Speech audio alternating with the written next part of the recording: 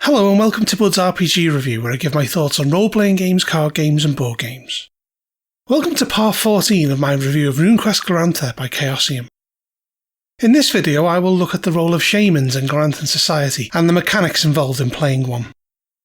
Shamans are described as spellcasters that specialise in interacting with the spirit world and manipulating spirits, and that in the Dragon Pass region of Prax they are mostly in the animal nomads and ancestor cults. A shaman is a master of spirit magic and has extensive knowledge of spirits in the spirit world. They commune with mythic heroes, tribal ancestors and divine beings, and their extensive knowledge of tribal history allows them to evoke magic to aid their tribe against challenges, developing specialised skills and powers along the way. This is usually after they have awakened their fetch, their embodiment in the spirit world. More on those in a bit. They survive due to payments made for their unique service and bear responsibility for the spiritual protection and knowledge of their kinsmen. They are keepers of ritual, tradition and spirit magic, acting as enchanters and summoners, and are often seen as the main source of magic in their tribe. They bless, heal and promote the spiritual well-being of their tribe, as well as conducting the souls of those tribal members who have passed to the spirit world, performing ceremonies for deaths, births and marriages. They're essentially the equivalent of rune priests in other cults, with the respect that comes with such a position, and usually know spirit magic and cult rune magic. They have an incredibly unique perspective, existing both in the middle world and spirit world simultaneously, and as such can make very powerful adventurers. They see no difference between mortals and spirits, as both transition into each other and sometimes back again. They have various tools of the trade, such as drums, rattles, bones and songs, as well as gestures, dances, and even drugs that make communication more comfortable.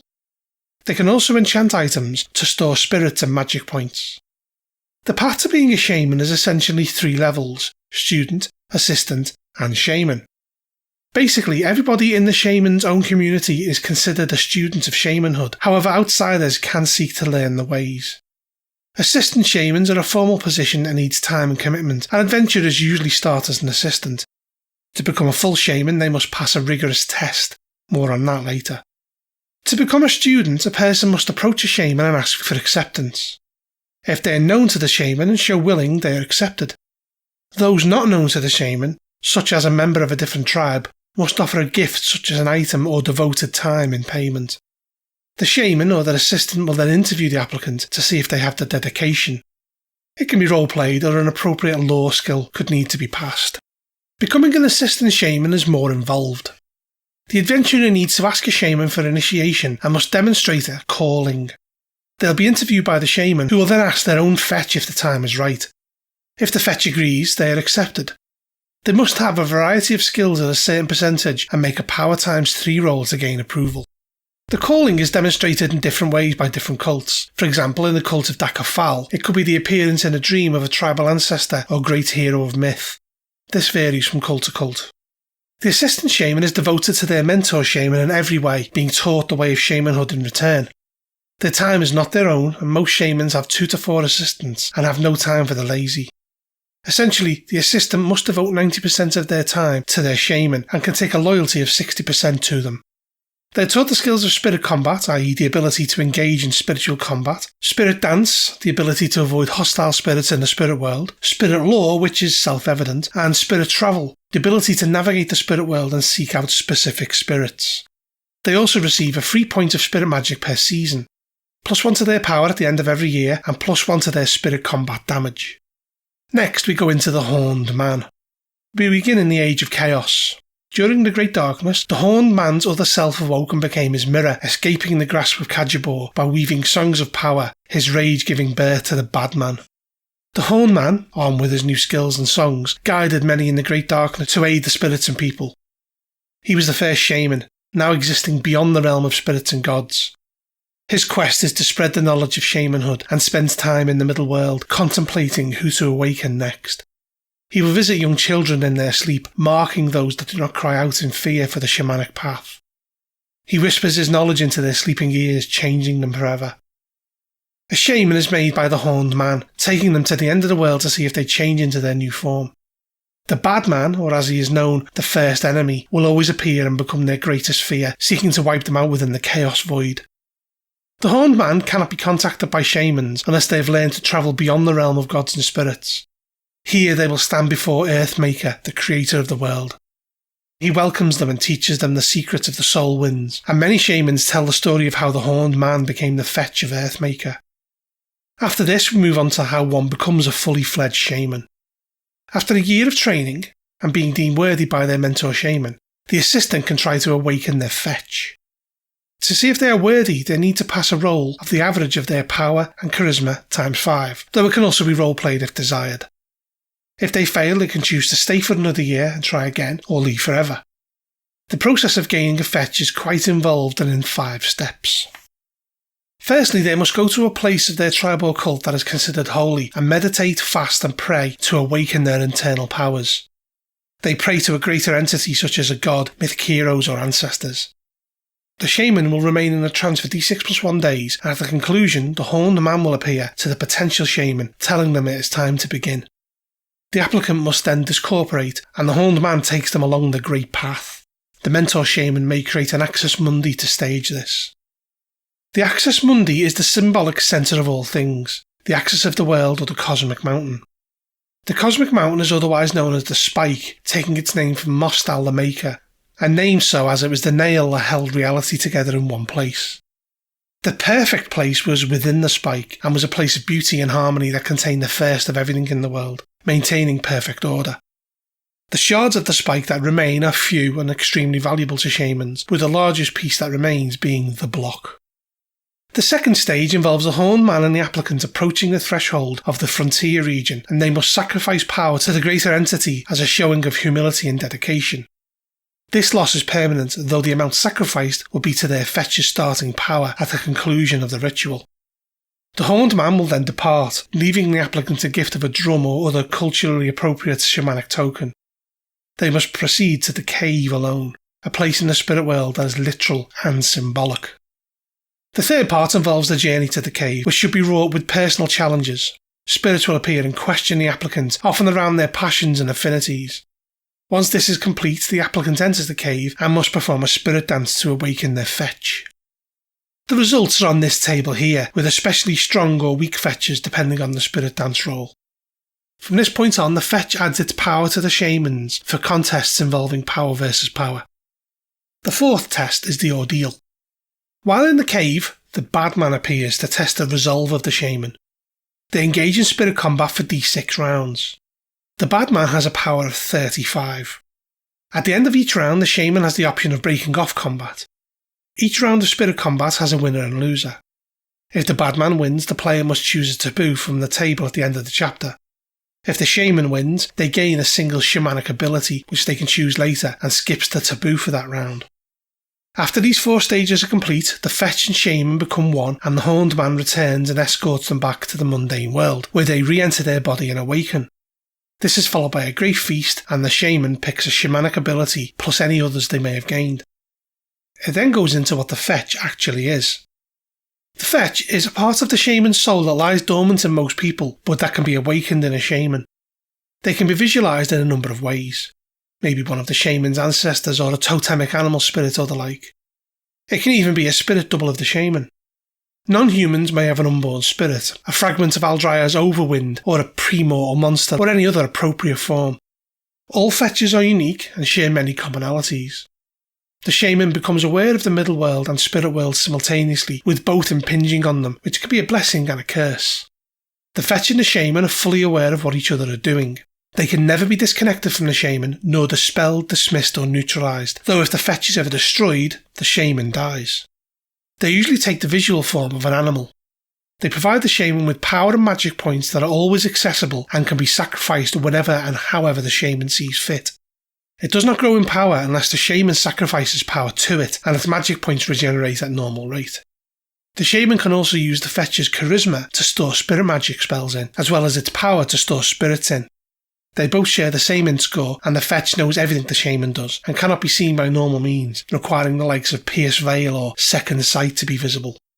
When the shaman enters the spirit world, the fetch enters their body, becoming visible in the mundane world, and remains protecting the body, though it cannot move it in any way. Any spells cast by the fetch use their power alone. When protecting the shaman in this manner, they become visible. In combat, the fetch acts independently of the shaman, though uses their dex strike rank. If they cast spells at a mundane world target, then they can be the target of such spells, otherwise they cannot be assaulted by corporeal entities. Fetches can become material by using the materialised fetch ability and may attack normally. When a shaman defeats a spirit in spirit combat, it is automatically captured by the fetch if it has sufficient power to control them. Control spells are not needed, the fetch does this. They remain within the fetch happily until discharged or if the fetch's power is reduced.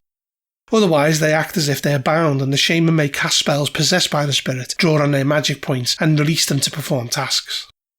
After this, it goes into the benefit of being a shaman. The first benefit is that of discorporation. This is the ability for the shaman to leave their body and wander into the spirit world. They must sacrifice 5 magic points and the ritual takes an hour to complete, with the duration being d6 hours. The effect cannot be magically dispelled. While discorporate, the shaman can sense spirits and power sources, and runic affinities over 50%. They can also speak to spirits using spirit speech, and can sense the power, int and charisma scores of spirits.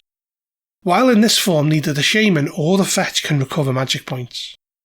The second benefit is the charisma points the fetch gives them for storing spirit magic.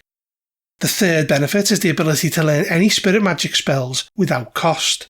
They simply go into the spirit world to speak to a relevant spirit and make a focus for the spell, and this can be done once per day. The fourth benefit is the second power score. When they gain power points, they may give them to their fetch. If the fetch's power reaches 0, both them and the shaman die. The fifth benefit is the ability to teach spirit magic. It takes 1 week to do and is a source of income for the shaman. The sixth benefit is permanent second sight. They can visibly see another entity's power score and can tell whether it is about the same as theirs within 5 or more points either way. Viewing another shaman shows their fetch. They can even see power in the dark, which eliminates combat penalties for fighting in darkness. The seventh benefit is the ability to perform an exorcism using various methods such as spirit combat or summoning healing spirits to fight disease spirits and the like. The eighth benefit is that of spirit combat. They are experts at this and have deep knowledge of the different varieties. When they become a full-blown shaman, their damage bonus increases from +1 to +3. The ninth benefit is that of spirit defense. Shaman can draw magic points from their fetch at will, even when engaged in spirit combat. The 10th benefit is that of spirit pacts. They can control disembodied spirits by bargaining with them. The shaman gives them power in exchange for the spirits serving them. Spirits can be contacted in the spirit world, and spirits of all temperaments can be encountered. Hostile spirits can, however, still be bargained with. Any power sacrifice becomes part of the spirit's power. Random spirits can be rolled on this table here, with a chance of contacting a deity being small, but possible. The 11th ability Shaman get is that of an increased number of bound spirits, as they can also use their fetch's charisma to store them. The 12th and perhaps most important ability is that of tribal and cult support. They are fully backed and receive the best things behind their tribal chief and rune masters, in addition to their tribe making every effort to rescue them or ransom them. In addition to these benefits, they gain shamanic abilities. They always start with 1 and may even have more to pick from stage 4 of the initiation. Shamanic taboos are in effect at all times, and any shaman who wants to gain new abilities or taboos must contact a greater entity. Depending on the area, there could be many options, and in Dragon Pass it could be the likes of the Horned Man, Kaigalitor, Waha, Dakafal, as well as various others. All abilities start off with a score of 1, though they can be increased as above by spending stat points. To go from 2 to 3, they must spend 2 character points, and the next 3, and so on. Stats can't be lowered beyond the lowest that can be rolled. For example, strength can't go below 3, as it is 3d6. There is the Conceal Fetch ability, which is generally only known by secretive cults like the Black Fang Brotherhood, and each point in this ability conceals the fetch entirely from one form of magical sight. There is Cure Disease, which allows the shaman to spend 6 magic points in exchange for 1 point of the Cure Disease spell. The total magic points of the spell is matched against the infecting spirit's power score, if that is the cause of infection. If it's a normal disease, then the magic points are added to the victim's con score for their next disease resistance roll. We have Expanded Presence. For each point of this, the Shaman imbues their fetch with 3d6 temporary charisma points that are used solely to determine how many spirit magic spells the Shaman can learn. There is Hide Soul. This lets the Shaman hide from an enemy spirit if not in spirit combat already, and each point in it hides him from 10 magic points that the spirit has. We have Magical Attack, which adds +1 to their effective power score for the purpose of overcoming an opponent's power score when spellcasting. There's also Magical Defense, which does the same as Magical Attack, only counting towards their power for resisting an attack spell. We have Materialize Fetch. After a 15-minute ritual, this lets the Shaman make their fetch material for 15 minutes per point of the ability. It will take the form of the awakened fetch described earlier. It may attack and take damage, though if it is reduced to 0 hit points, it dies alongside the Shaman. We have the Possession ability. This allows the Shaman to discorporate and enter spirit combat with a victim. If they win, they possess the body of the victim. If the victim's body dies while possessed, then the Shaman returns to their own body and takes d6 damage. Shaman can only possess their own species. A second point in possession allows them to possess those with the same hit location table, and each subsequent point adds a hit location table that they can use. We have Power Within. This takes 1 round to focus, and at the end of the round they lose 1 hit point and gain one of these benefits. Either d6 magic points, plus 10% to casting spells for 10 melee rounds, or cast any 1-point spirit magic spell even if not memorised. Points put in this increase everything by a factor, so 2d6 magic points, plus 20% spellcasting chance and 2-point spirit magic spell. There's Second Sight Enhanced. This augments the Shaman's existing Second Sight by allowing specific detection abilities, such as determining if an individual knows any sorcery or identifying the exact spells cast on a person. There is Self-Resurrection. If a Shaman dies, they can cast healing magic on themselves, and if restored to 1 hit point, they can return from the dead. Using self-healing in this manner costs permanent power points, and the amount spent determines how quickly they return, from 1 point taking 8 weeks to 8 points taking a single strike rank. There is Show Spirits, which makes discorporate spirits visible to others. The amount of magic points spent shows the spirits in various ways detailed here. We have Soul Expansion, which adds +1 to their power score, and there is Spell Barrage, which allows them to throw 2 spirit magic spells simultaneously. This is followed by Spell Extension, which allows them to maintain a spirit magic spell indefinitely, though they can drop it at any time and cast it again. It can also be dispelled using normal means. There is Affinity Spirit, which gives an affinity for spirits of a certain type or those tied to a single rune. These spirits tend to be friendlier, with spirits leaning towards opposing runes being more hostile. In addition to this, each point in this ability gives +10% to casting a control or command spell for the type of spirit, and a -10% to those trying to take control of them. We have Spirit Defense, which gives the Shaman more protection in spirit combat, granting a +10% to their skill. And lastly, we have Spirit Mastery, which adds +3 to the magic points lost by a spirit when a Shaman successfully attacks in spirit combat. As you may imagine, there are a number of disadvantages to being a Shaman. Firstly, by the nature of what they do, Shaman are highly conspicuous due to the paraphernalia they use and their aura of power, which makes them easy to make out. They also have a commitment to the path. Once they're tied to the spirit world, there is no way out, beyond being cast out by their tribe or cult, and this is normally followed by suicide. In addition to this, Shaman take or receive taboos. Each time a taboo is voluntarily taken, their rising stat point cost to buy abilities is reset back to 1. They may range from things as simple as never eating bison meat to never using a sword of any type, and are rolled on this table here. Okay, that concludes part 14 of this series of videos and my overview of the Shaman. The 15th video in this series will be the chapter called Spirits and the Spirit World.